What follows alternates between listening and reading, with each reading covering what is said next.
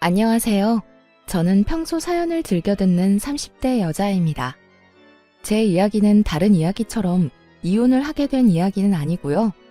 평소 저를 무시하고 괴롭히던 시누이와 형님에게 속 시원하게 복수한 이야기를 해보려고 사연을 쓰게 되었습니다. 도대체 시누이와 형님에게 무슨 일을 어떻게 당했길래 두 사람에게 복수를 하게 되었는지 한번 들어보실래요? 남편과 전 결혼한 지 2년이 된 부부였어요. 남편에겐 형과 누나가 있었는데 시숙은 장가를 갔고 시누이는 아직 시집을 안 간 상태였죠. 처음 결혼을 했을 땐 시누이와 형님의 사이가 썩 좋아 보이지 않았는데 곁에서 지켜보는 제가 긴장이 될 정도로 둘 다 서로에게 지려고 하지 않더라고요. 옳게. 사람을 봤으면 인사를 해야 할 거 아니야? 아까 인사했는데 형님이 못 들으셨나 보네요. 내가 대답이 없으면 앞에 와서 눈을 마주치고 다시 인사를 해야 할 거 아니야. 굳이 그렇게까지 해야 한다고요? 그냥 형님이 진작 인사를 잘 들으셨으면 됐잖아요. 바로 뒤에서 인사했는데 그걸 못 들었으면 형님이 일부러 안 들으려고 노력한 거 아닌가요? 아니 옳게. 무슨 말을 그렇게 해? 내가 옳게 트집이나 잡으려고 일부러 인사를 안 받기라도 했다는 거야? 그렇잖아요. 제가 이 집에 살금살금 기어들어온 것도 아니고 문 여닫고 저 왔다고 어머님께도 인사드리고 동서한테도 인사하고 그러고 나서 형님께도 인사드렸는데 그걸 못 들었다고 이렇게 트집을 잡으시니 당연히 일부러 그랬다는 생각이 들지 않겠어요? 난 정말 못 들었다니까. 옳게는 꼭 이러더라. 사람을 이상하게 몰고 가서 나만 잘못한 것처럼 만들고 이렇게 상황 몰고 가면 통쾌해? 막 신나 죽겠어. 제가 상황을 그렇게 만드는 게 아니라 형님이 상황을 그렇게 만드는 거겠죠. 어떻게 하면 저한테 한 소리 할 수 있을까 싶어서 이런 상황을 만들어내잖아요. 이렇듯 두 사람은 인사 문제로도 서로 못 잡아먹어서 안달이 난 사람처럼 굴었고 이 싸움의 끝은 항상 서로를 잡아먹을 듯 노려보며 끝이 나곤 했죠. 상황이 이렇다 보니 전 시댁에 갈 때마다 두 사람의 사이에서 눈치를 살피느라 바쁠 수밖에 없었어요. 그러던 어느 날 시댁에 가져다 줄 것이 있어서 시댁에 가게 되었는데 시누이와 형님이 집에 있는 것이 아니겠어요? 시댁에 함께 살고 있던 시누이야 그렇다 치더라도 형님까지 있으니 또 싸우는 건 아닌가 싶어 저도 모르게 긴장이 다 되더라고요. 두 사람의 눈치를 살피고 있으니 아니나 다를까 티격태격한다 싶더니 결국 또 언성을 높이며 싸우기 시작했어요. 하필 시부모님은 함께 산책하러 가신다며 집을 비우신 상태였고 두 사람의 싸움은 말릴 새도 없이 심해져만 가더군요. 싸움의 이유도 유치하기 짝이 없었어요. 시누이가 소파에 앉아 TV를 보는 상황이었고 형님이 소파에 앉으며 리모컨을 엉덩이로 누르며 TV가 꺼져버린 것이었어요.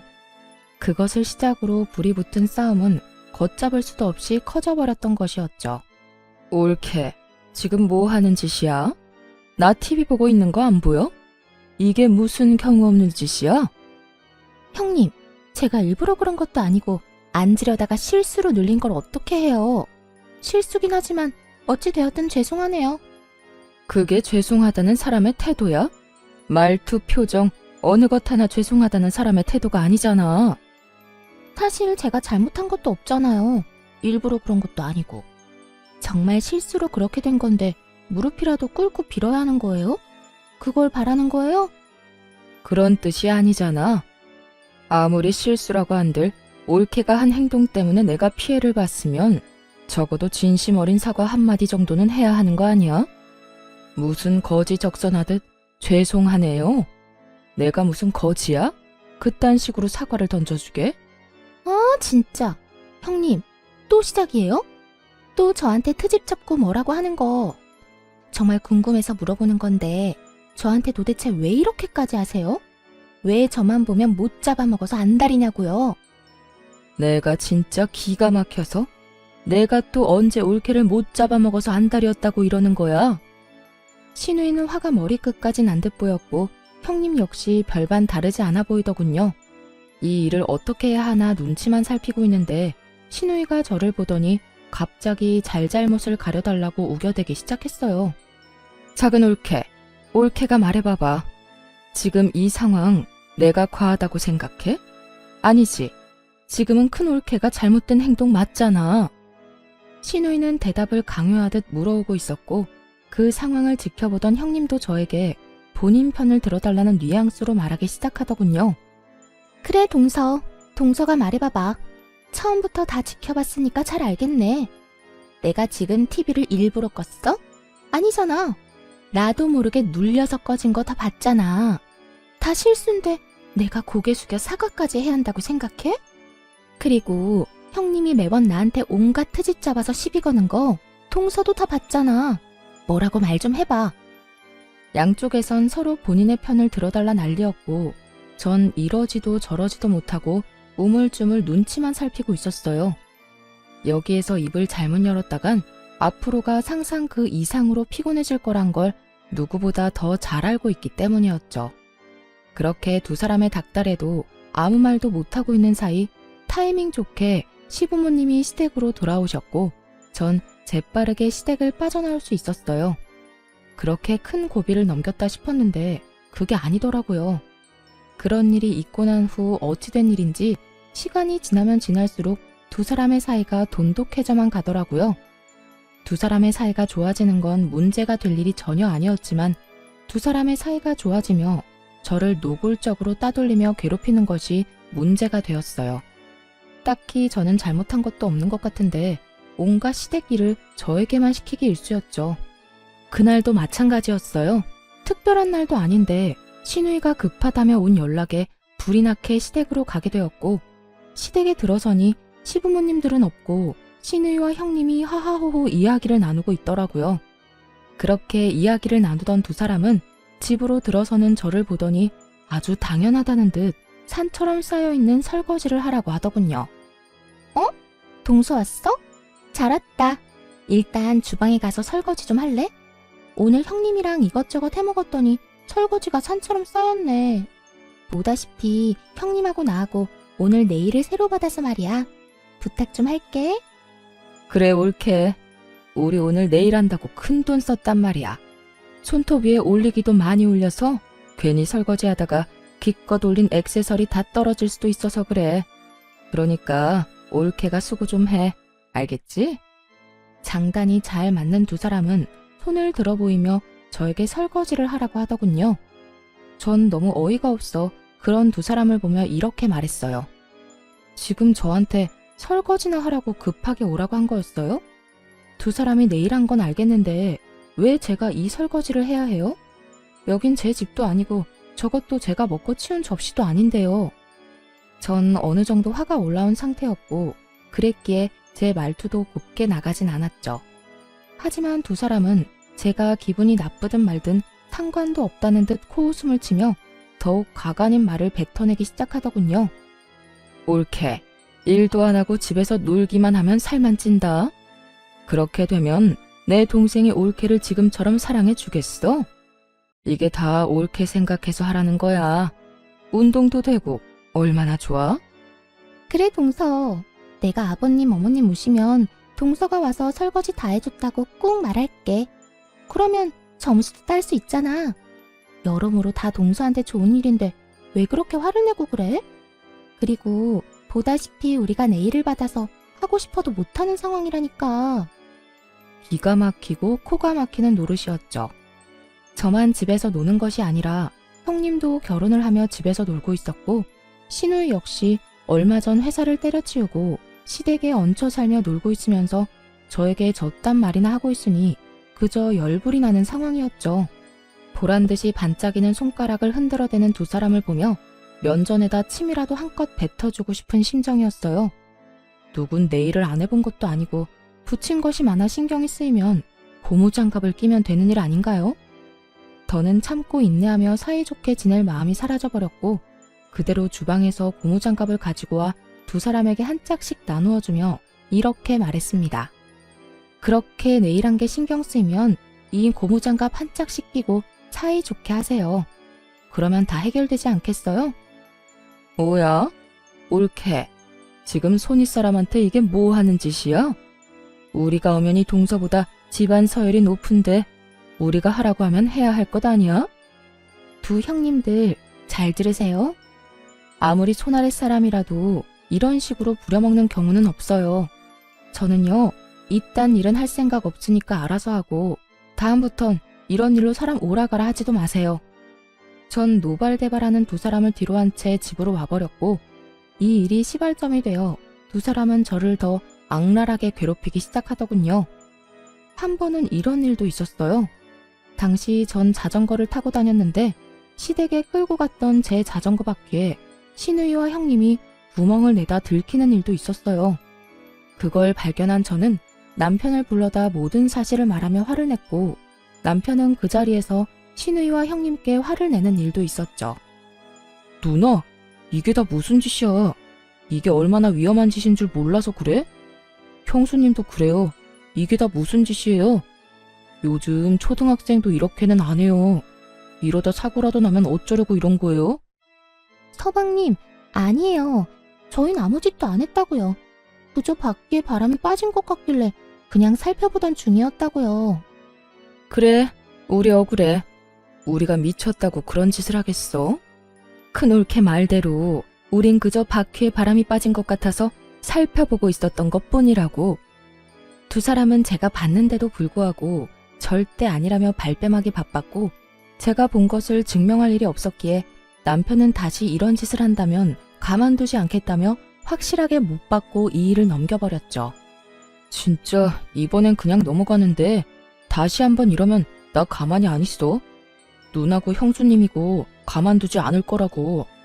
그러니까 앞으로는 우리 집사람 괴롭히지 마.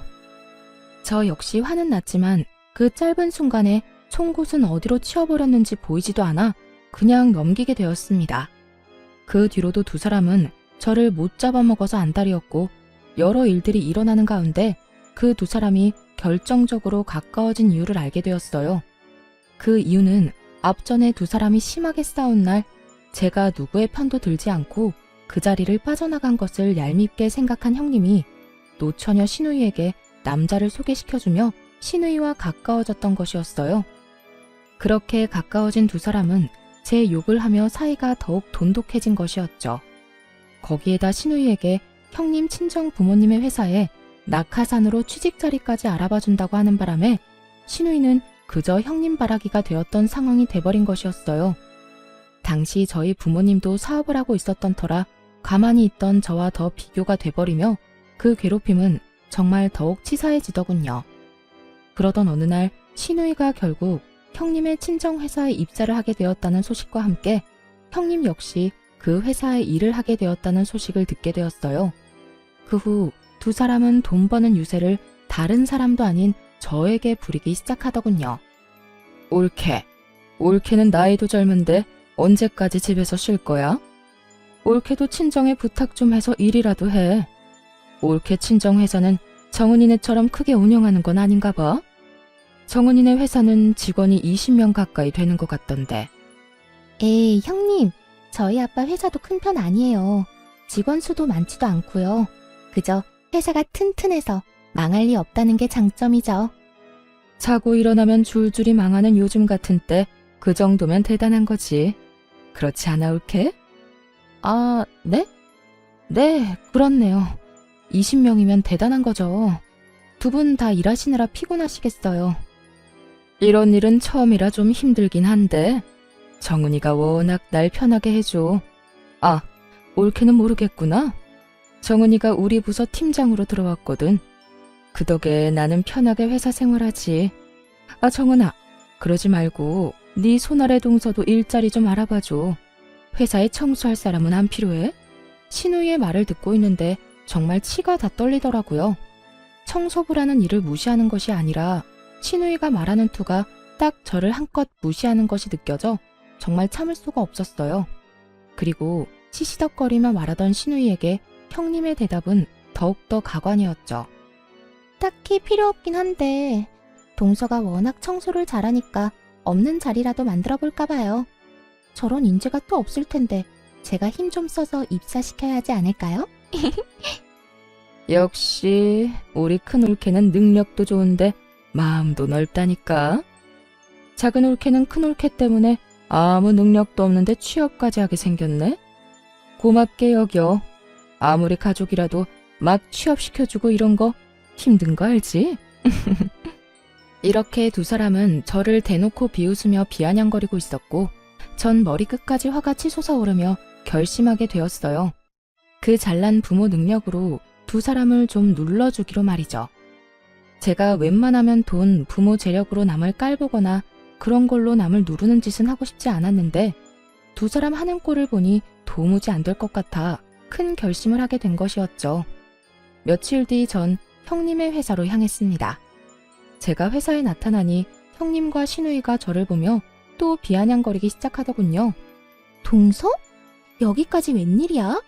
혹시 정말 청소라도 하러 온 거야? 그러게, 혹시 오늘도 자전거를 타고 여기까지 온 거 아니지? 전 그런 두 사람에게 제가 처녀 때 타고 다니던 외제차 차키를 흔들어주며 이렇게 말했어요. 아니요, 오늘은 이 차 끌고 왔네요. 그 차키, 그거 1억 넘는 차 아니야? 동서, 그 차키는 어디에서 난 거야? 친구 거라도 빌렸어? 형님, 동서 보세요. 여기 오느라 외제차까지 빌렸나 봐요. 이게 무슨 일이야? 뭐야, 정말 차 빌려서 타고 온 거야? 꼴에 외제차 탈 거라고 옷도 챙겨 입고 온 거 좀 봐. 두 사람은 저를 향해 계속해서 비웃음을 보내고 있었고 전 두 사람이 그러거나 말거나 그저 지켜보며 누군가를 기다리고 있었죠. 그 순간 형님의 친정아빠이자 회사의 사장이 저에게 불이 나게 다가와 인사를 건네더라고요. 안녕하세요. 사장님과 많이 닮으셨네요.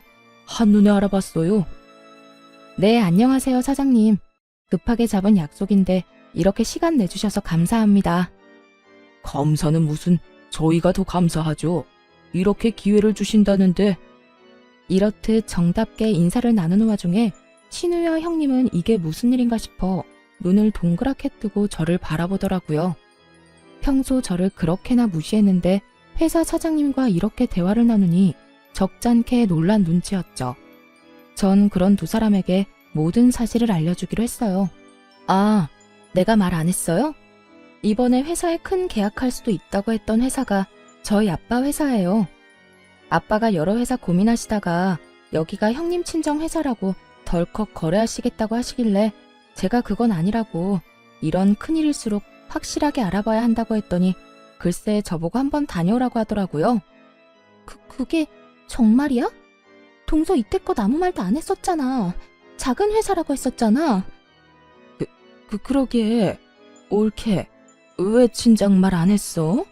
그렇게 잘 나가는 회사라는 건 말 안 했잖아. 제가 굳이 말을 해야 하나요? 그리고 저는 저희 아빠 회사를 정말 큰 회사라고 생각해 본 적이 없었어요. 그래서 굳이 말할 필요도 없다고 생각했고요.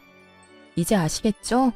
전 여기에 자전거 타고 청소하러 온 게 아니라 거래 전 마지막 점검차 나온 거예요. 사실 저희 친정아빠는 제법 큰 회사를 운영하고 있었고 전 굳이 시댁에 알릴 필요가 없다고 생각하여 아무 말도 하지 않아 시댁 식구들은 아무도 모르는 상태였어요. 그런데 얼마 전부터 아빠가 새롭게 거래를 시작하려고 하는데 그 리스트 중 형님의 회사가 있는 것 같다며 저에게 물어본 적이 있었죠. 전 그 회사가 맞다고 했었고 아빠는 이왕 일을 함께 하는 것인데 한 달이 건너도 가족이라며 형님네 회사로 최종 결정을 내리려던 중이었어요.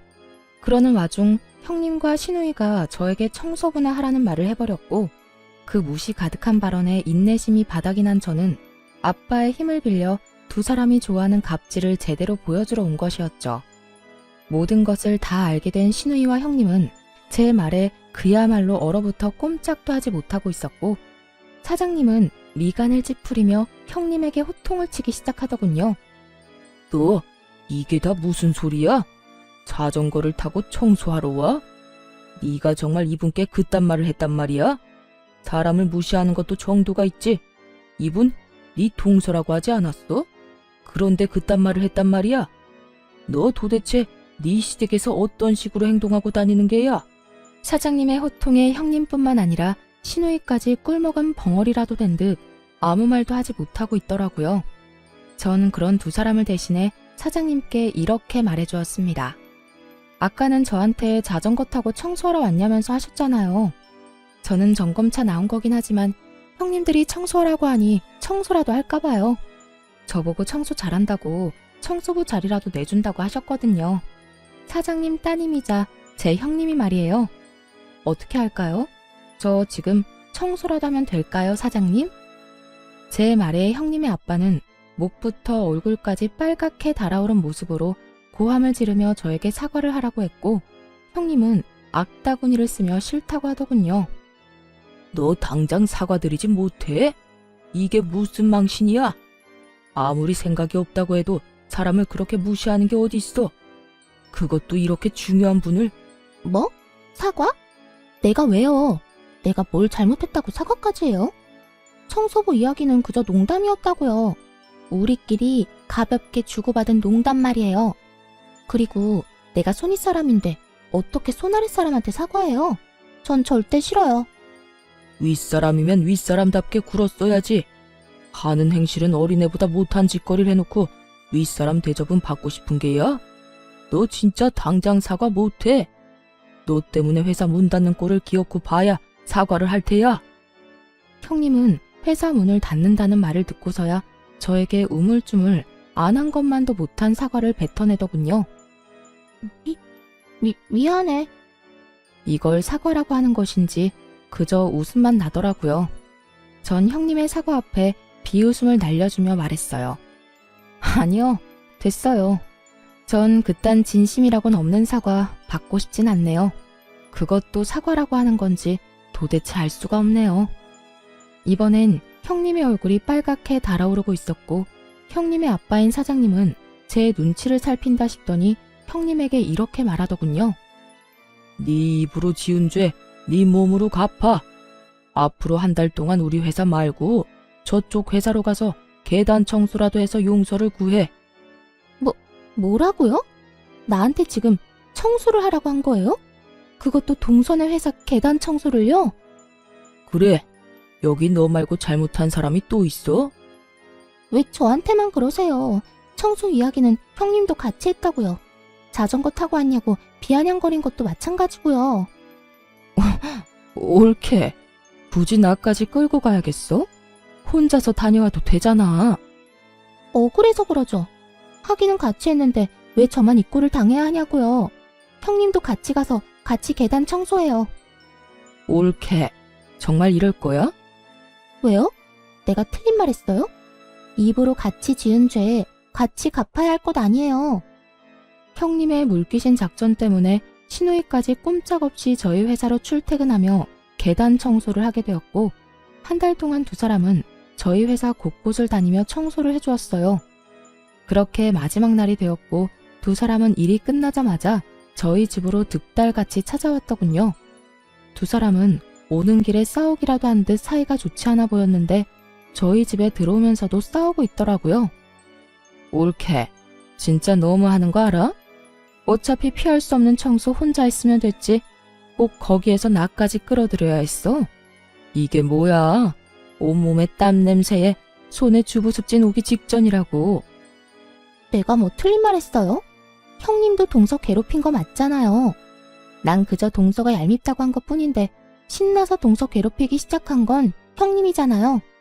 그럴 땐 언제고 청소는 나 혼자 하라고요? 내가 왜요? 청소를 빠져야 할 사람은 형님이 아니라 저였다고요. 뭐? 너 진짜 말 다 했어? 그래, 말 다 했다. 어쩔 건데 어쩔 거냐고. 감정이 극에 달해버린 두 사람은 반말까지 하며 싸우기 시작했고, 결국 폭발해버린 신우이가 형님의 머리를 향해 손을 뻗으며 더 큰 싸움이 시작되었어요. 전 그런 두 사람의 치열한 싸움을 말릴 생각도 없이 지켜보다 집으로 시부모님과 시숙을 불러버렸어요.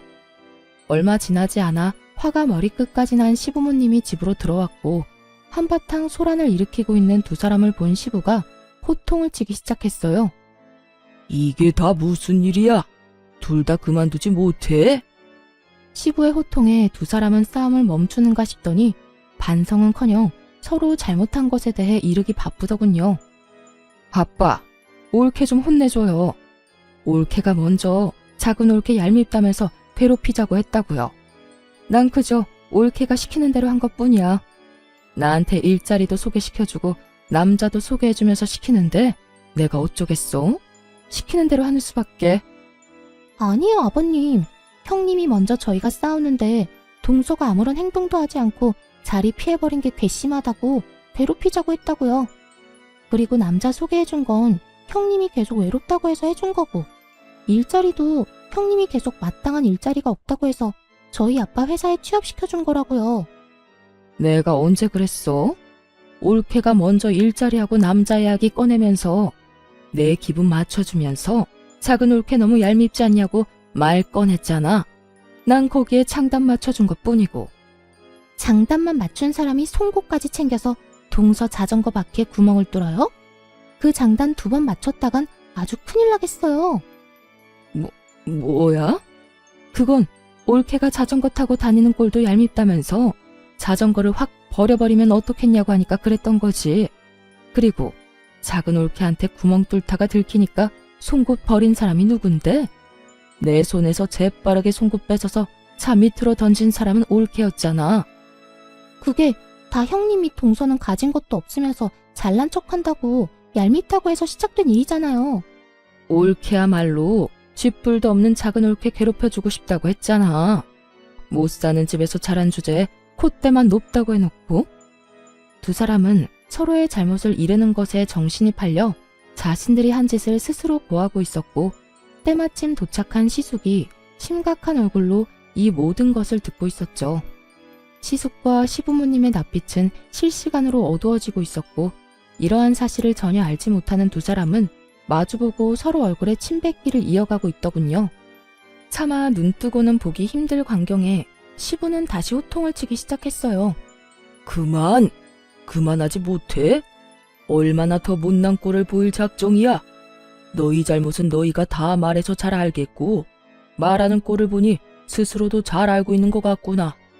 그만큼 잘못을 했으면서도 여기 와서 이딴 꼴이나 보이고 있으니. 아빠, 그게 아니라요. 전 진짜 잘못이 없다고요. 아버님, 저도 잘못한 거 없어요. 이게 다 형님 때문이라고요. 둘 다 그 입 다물지 못해? 조용하고 당장 무릎 꿇고 빌어. 얼른! 시부는 결국 두 사람에게 무릎을 꿇고 빌라고 했고, 두 사람은 여전히 반성이란 모르는 사람처럼 왜 그렇게까지 해야 하냐고 따지고 들더군요. 싫어요. 내가 왜 무릎까지 꿇어요? 내가 뭘 잘못했다고. 그래요, 아버님. 저희 반성의 의미로 오늘까지 동선의 회사에 청소까지 해주고 왔다고요. 그런데 무릎까지 꿇으라고요? 싫어요. 아직도 이유를 모른다 이 말인 거지? 그래, 좋다. 큰 며느리는 네 남편이 알아서 할 테니 나는 더는 입댈 것도 없을 것 같고, 너는 오늘부터 집에서 나가거라. 난 너같이 생각도 없고 반성도 할 줄 모르는 딸은 필요 없다. 시부는 반성이란 모르는 시누이에게 집에서 나가라고 선포해버렸고, 시누이는 이런 시부의 말을 받아들일 수 없다는 듯 시부에게 대들기 시작했어요. 내가 왜 나가야 하는데요? 아빠는 왜 맨날 내 편을 안 들고 작은 올케 편만 들어요? 내가 다 아니라고 하잖아. 다 큰 올케가 시켜서 그런 거라고 하잖아. 그렇다고 한들 네 잘못이 아닌 게 돼? 누가 시키든 그런 행동은 안 했어야지. 남의 자전거에 송곳으로 구멍 뚫는 것도 모자라 말로 상처 주기까지 했다고? 얄미워서 괴롭혔다고? 그게 윗사람으로서 할 짓이야? 넌 아무리 봐도 반성이란 모르는 것 같으니 네 잘못을 뉘우치기 전까진 집에 오지도 마. 이제부터 너에 대한 지원도 다 끊을 게다. 시부는 화를 내며 집을 나가버렸고, 그 뒤를 따라 시모 역시 가버리더군요. 그렇게 가버리고 나니 시부모님 뒤에 서 있던 시숙이 모습이 드러났어요. 시숙의 잔뜩 화가 난 모습이 보이자 형님은 눈을 동그랗게 뜨고 그저 시숙을 바라보고만 있더라고요.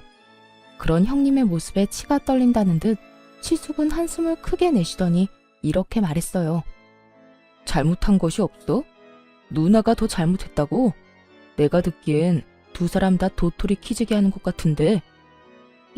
여보, 다 들었어? 어디서부터 들은 거야? 어디서부터 듣긴. 두 사람이 서로 잘못한 거 없다고 딱 잡아뗄 때부터 다 들었지. 여보, 내 말 좀 들어봐. 난 그게 아니라 다 형님이 동서는 잘 살지도 못하면서 잘난 척하는 게 얄밉다고 나한테 계속 그래서 그냥 장단만 맞춰준 거야. 믿어줘. 당신이 한 말도 만만치 않던데? 뭐? 자전거 타고 다니길래 재수씨가 못 사는 집안인 줄 알았다고? 재수씨 결혼하기 전엔 외제차 떵떵거리면서 끌고 다녔던 사람이야. 그리고 설사 재수씨 집안 형편이 어렵다고 한들 그런 거 가지고 사람 무시하고 그러면 돼? 뭐? 회사 청소부로 취직시켜준다고 했다고? 당신 정말 이것밖에 안 되는 사람이었어? 사람을 무시해도 유분수지? 청소부가 어때서? 청소부 직업을 무시하는 거야? 난 지금 청소부라는 직업을 무시하는 게 아니라 당신이 청소를 시킨다며 재수씨한테 말하던 그 순간에 당신이 가진 마음가짐에 대해서 말하고 있는 거야. 당신 재수씨를 무시하려고 했던 말인 거 여기 모르는 사람 있어? 여보, 내 말 좀 들어보라니까. 난 그저 정말 농담처럼 한 말이었어. 동서가 청소는 잘하잖아. 그래서 농담처럼 장난으로 한 말이었지. 나도 동서가 그렇게 대단한 집 딸인 거 알았으면 그런 장난도 안 쳤을 거야. 그걸 말이라고 해? 집안 봐가면서 누구는 대접해주고 누구는 무시하고. 당신은 이날 이때껏 그렇게 살아온 거야? 내가 알던 당신은 도대체 누구였어? 적어도 내 앞에선 이런 사람은 아니었잖아. 치숙은 인정사정 볼 것 없이 형님을 몰아세우고 있었고 절벽 끝까지 몰린 형님은 태세를 바꿔 화를 내기 시작하더군요. 진짜 너무하는 거 아니야? 내가 뭘 그렇게까지 잘못했다고 이 꼴을 당해야 해? 내가 왜 여기서 당신한테 이런 소리나 듣고 있어야 하냐고. 그것도 동서까지 보는 자리에서 말이야. 당신이야말로 지금 나한테 너무한다고 생각 안 해? 이럴 때일수록 일단 내 편을 들어줘야 할 거 아니야. 당신이 내 남편이라면 말이야. 나도 섭섭해. 나도 화난다고. 당신 진짜 대단하다. 이 와중에 섭섭하다는 말이 나와? 화난다는 말이 나오냐고. 정말로 실망하고 화나는 사람이 누군데? 그래. 내가 다 잘못했고 내가 다 주도해서 동서 괴롭혔어. 이제 됐어? 이제 됐냐고. 내가 그냥 이혼하고 말지. 여기서 이게 무슨 꼴이야? 그냥 나 당신이랑 이혼할게. 그러면 됐지? 형님은 결국 본인 입으로 이혼 이야기를 꺼낸다 싶더니 이런 말까지 해대기 시작하더군요. 차라리 잘 됐어.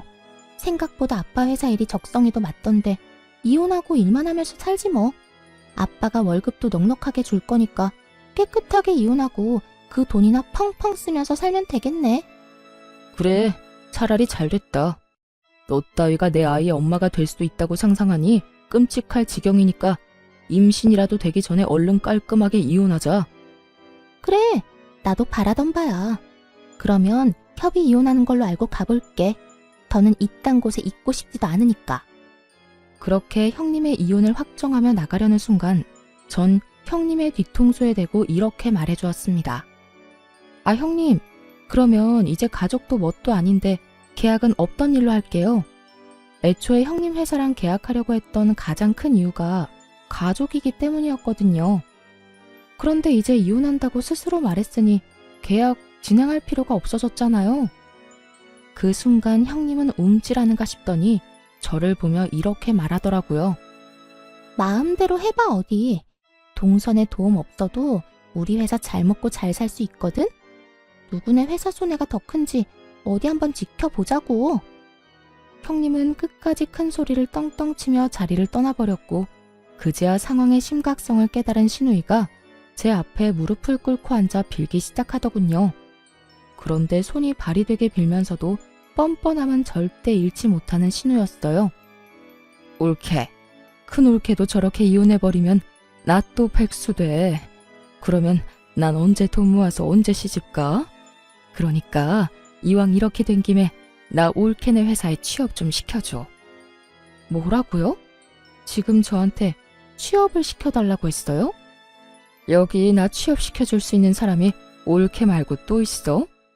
그러지 말고 나 취업 좀 시켜줘. 말이야 바른 말이라고.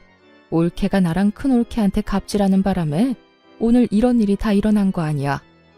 지금 일어나는 모든 일에 큰 올케랑 내 잘못도 있지만 작은 올케 잘못도 있다는 그 말이지. 그러니까 나 취업 좀 시켜줘. 보아하니 친정 회사도 엄청나게 잘 나가던데 내 자리 하나쯤 알아봐주는 거 일도 아니잖아. 나 집에서도 쫓겨나고 일자리마저 없으면 진짜 오갈 데도 없다고. 내가 갑질하게 만든 사람이 누군데 이제 와서 누구 탓을 하는지 모르겠네. 형님, 기억 안 나요? 형님들이 짝짝꿍이 맞아서 저를 틈만 나면 괴롭혔던 거. 형님 같으면 나한테 그딴 짓이나 한 사람을 취업시켜주고 싶겠어요? 제발 정신 좀 차리세요. 그 정신머리로 어디 취업이나 하겠어요? 형님, 그렇게 살면 시집도 못 가요. 혹시나 가더라도 금방 이혼당한다고요. 전 정신이 나가버린 것 같은 신우이에게 그간 신우가 저에게 했던 행실들을 말해주며 단호하게 한 소리 해주었고, 제 말에 기분이 상해버린 신우이는 자리에서 벌떡 일어나더니 사태질까지 해대며 화를 내기 시작하더군요. 뭐야? 너 지금 말 다 했어? 잘난 거 하나 없는 게 부모 하나 잘난 거 믿고 큰 소리 치는 꼴이라니. 내가 진짜 뭐 취업을 못해서 너한테 이러고 있는 줄 알아? 나도 마음만 먹으면 취업할 수 있거든. 하여튼 두 옳게 하는 꼴이 아주 가관이네, 가관이야. 신우이는 말도 안 되는 말을 바른 말이라고 하며 짓거리고 있었고, 그런 신우이의 한마디 한마디가 다 골이 아픈 시숙이 신우이를 끌고 집으로 돌아가 버리더군요. 그렇게 한 차례 폭풍이 지나가고 난 후 전 제가 말한 대로 아빠와 상의해 계약을 없던 일로 해버렸어요. 제 이야기를 들은 아빠 역시 그딴 집안에 도움이 될 일은 조금이라도 하고 싶지 않다고 하며 연을 끊어버렸고, 저희와 계약이 틀어져 버린 형님 회사는 몇 년치의 일이 다 끊겨버린 상황이 되어버렸죠. 형님은 시숙과 이혼을 하게 되며 친정으로 돌아갔지만 그대로 친정 대문도 넘지 못하고 쫓겨났고, 오갈 데가 사라지자 저에게 찾아와 울고불고하며 매달리기 시작하더군요. 동서, 내가 다 잘못했어. 내가 이렇게 빌 테니까 제발 일만 계속 진행하면 안 될까? 나 이혼까지 해서 오갈 데도 없는데 회사에서도 쫓겨나고 집에서도 쫓겨났어. 돈도 땡전 한 푼 없이 쫓겨났다고. 이렇게 울고불고 매달리는 형님을 보는데 웃기지도 않더라고요.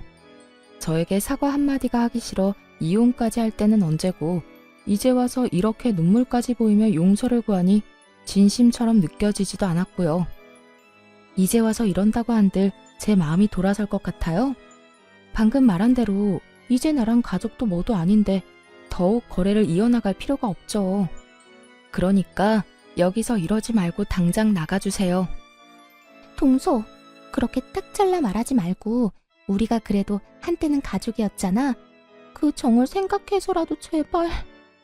저한테는 애초에 가족 간의 정 같은 건 없어서 남은 정 따위도 없네요. 그러니까 나가주세요. 형님은 이러한 제 말에도 꿈쩍도 하지 않고 계속 눈물을 흘리며 빌고 있었고, 그런 형님의 모습에 참고 또 참던 남편이 폭발해 한마디 하기 시작했어요. 내가 웬만하면 집사람이 아무 말도 하지 말라고 해서 참으려고 했는데 도저히 참을 수가 없네요. 그쪽이 내 와이프한테 한 짓이 있는데 이제 와서 이런다고 뭐가 달라집니까? 양심이란 게 없어요. 도대체 얼마나 얼굴에 철판을 깔았으면 부끄러운 줄도 모르고 여기 와서 눈물을 흘리고 있어요. 그렇게 우리 집사람이 만만해요? 서방님, 난 그런 게 아니라 정말 너무 힘들어서 마지막이라 생각하고 찾아온 거예요. 동서 말 한마디면 다 해결되니까요. 나도 오죽했으면 여기까지 와서 이러겠어요. 오죽 힘들면 이러겠냐고요. 그러니까 문제라는 거예요. 진심으로 반성해서 찾아왔다고 해도 욕이 나오려고 하는데 본인 힘들다고 부탁이나 하려고 찾아왔다고요? 참나, 기가 막히네요 정말. 내가 경고하는데 다신 찾아오지 마세요. 다시 찾아오면 내가 진짜 가만히 있지 않을 겁니다. 서방님, 저 진짜 반성도 하고 있어요. 정말이라고요. 그러니까 동서 좀 설득해 주세요. 누구 보고 계속 서방님이라고 하는 겁니까? 이제 우리 아무 사이도 아닌 거 잊었어요? 이 자리에서 이혼하자고 큰 소리 친 사람이 그걸 잊었을 리 없을 텐데요. 어찌되었든 당장 나가주세요. 경찰 부르기 전에 나가라고요. 남편은 형님에게 호통을 치며 매몰차게 쫓아내버렸고 그 후론 더는 찾아오는 일은 없었어요. 그리고 남은 한 사람, 신우이 역시 쫓겨난 건 매 한 가지였습니다.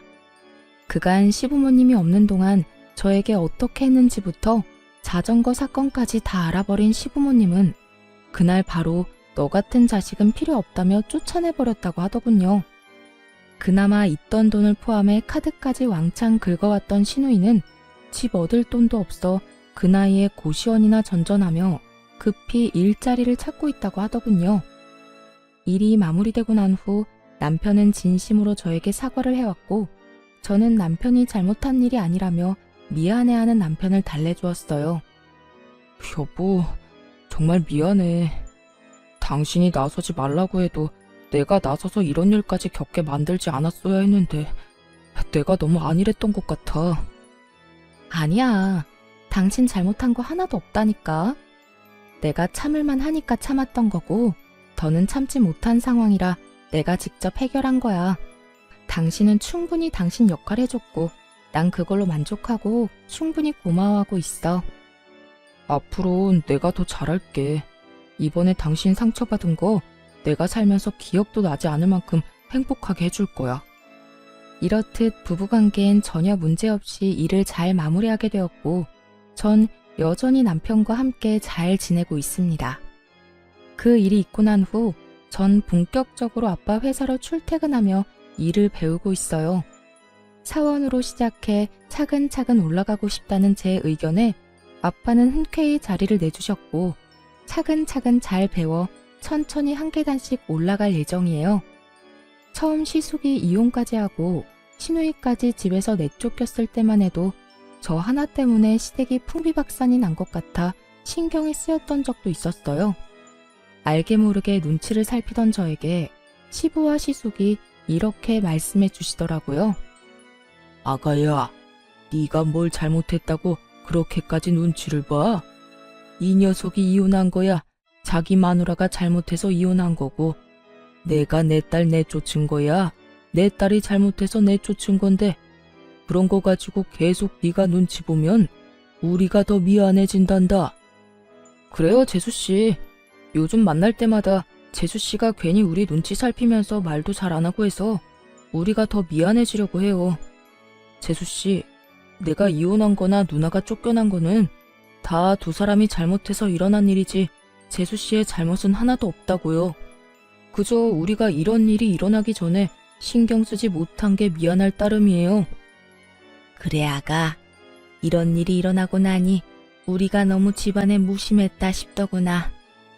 네 마음고생이 심했겠단 생각도 들고 말이야. 우리가 참 미안하구나. 우리가 앞으로는 더 많이 신경 쓸 테니 너도 그만 눈치 보고 예전처럼 편하게 웃으면서 잘 지내보자꾸나. 그렇게 말씀해 주셔서 감사합니다. 저도 앞으로 더 잘할게요. 이렇게 말씀해 주신 덕분에 전 한결 마음이 편안해진 상태로 지내고 있어요. 신우이는 가족이라 어쩔 수 없이 언젠가 다시 왕래하고 지내긴 하겠지만 여전히 가깝게 지낼 생각은 전혀 없는 상태예요. 사람 쉽게 바뀌지 않는다고 반성한다고 말을 하며 그런 척을 한다고 한들 절대 쉽게 변할 사람이 아니란 걸 잘 알고 있으니까요. 전 앞으로도 제 행복, 제 안위만을 위해 노력하며 살아가 보려고요. 물론 친정 부모님을 비롯해 시댁 부모님들께도 할 도리를 하면서요. 저의 사연은 이렇게 끝이 났네요. 제가 시댁 일을 겪으며 깨달은 점이 있는데요. 한없이 참고 살라고 하던 예전과는 달리 요즘에 참고 살면 호구된다였어요. 아무리 시댁 식구라고 한들, 아무리 저보다 손윗 사람이라고 한들 아닌 건 아니라고 똑 부러지게 말할 수 있는 용기 있는 삶을 살아가 보자고요.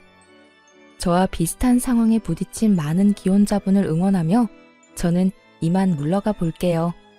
긴 사연 함께 해주신 모든 분 감사합니다.